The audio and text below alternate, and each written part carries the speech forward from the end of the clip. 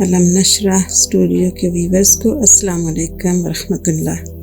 امید ہے آپ سب خیریت سے ہوں گے۔ اللہ کریم آپ سب کو خیریت سے ہی رکھیں، اپنی حفظ و امان میں رکھیں، صحت اور تندرستی عطا کریں، آمین یا رب العالمین۔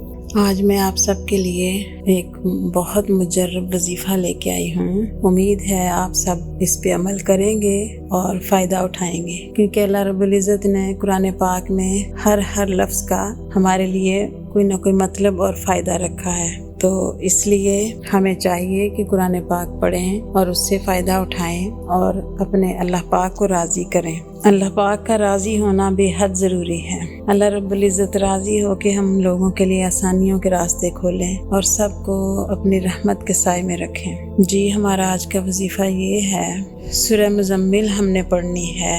یہ ہے ذی الحج کے آخری عشرے کا وظیفہ، سورہ مزمل کا وظیفہ ہے۔ آپ نے 20 ذی الحج کو شروع کرنا ہے اور 10 دن پڑھنا ہے۔ 10 دن کا یہ وظیفہ ہے۔ وظیفہ یہ ہے کہ آپ نے نماز عصر پڑھنے کے بعد وہیں پہ بیٹھے رہنا ہے۔ عصر سے مغرب کے درمیان میں یہ وظیفہ پڑھنا ہے۔ آپ نے درود ابراہیم پڑھنا ہے 11 مرتبہ۔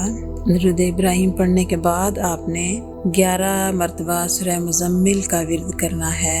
11 بار سورہ مزمل، 11 بار درود ابراہیم اول، اور پھر سورہ مزمل 11 بار، درود ابراہیم 11 بار۔ یہ آپ نے نماز عصر کے بعد پڑھنا ہے اور 11 دن کرنا ہے۔ 20 ذی الحج سے شروع کر لیجئے اور 30 تک یا 1 تاریخ تک، نئے مہینے کی 1 تاریخ یعنی یکم محرم الحرام کے 1 تاریخ کے دن تک یہ وظیفہ آپ کیجئے۔ 11 دن کا وظیفہ ہے۔ آپ کو بہت فائدہ ہوگا۔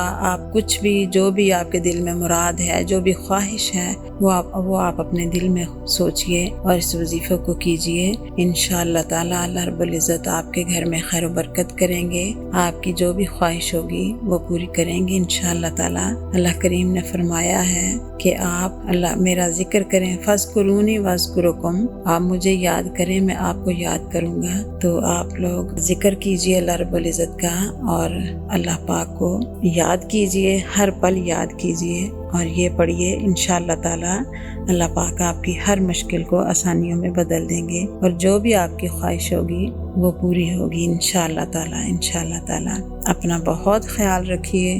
بچیوں کو بھی آپ نماز پڑھنے کی تاکید کیجئے، بچوں کو، بچیوں کو، بہوؤں کو، سب کو نماز کی تاکید کیجئے۔ کوشش کیجئے کہ نماز کی پابندی کریں۔ اللہ پاک آپ سب کو اپنی حفظ و امان میں رکھیں۔ اپنا اور اپنوں کا بہت خیال رکھیے۔ اللہ حافظ۔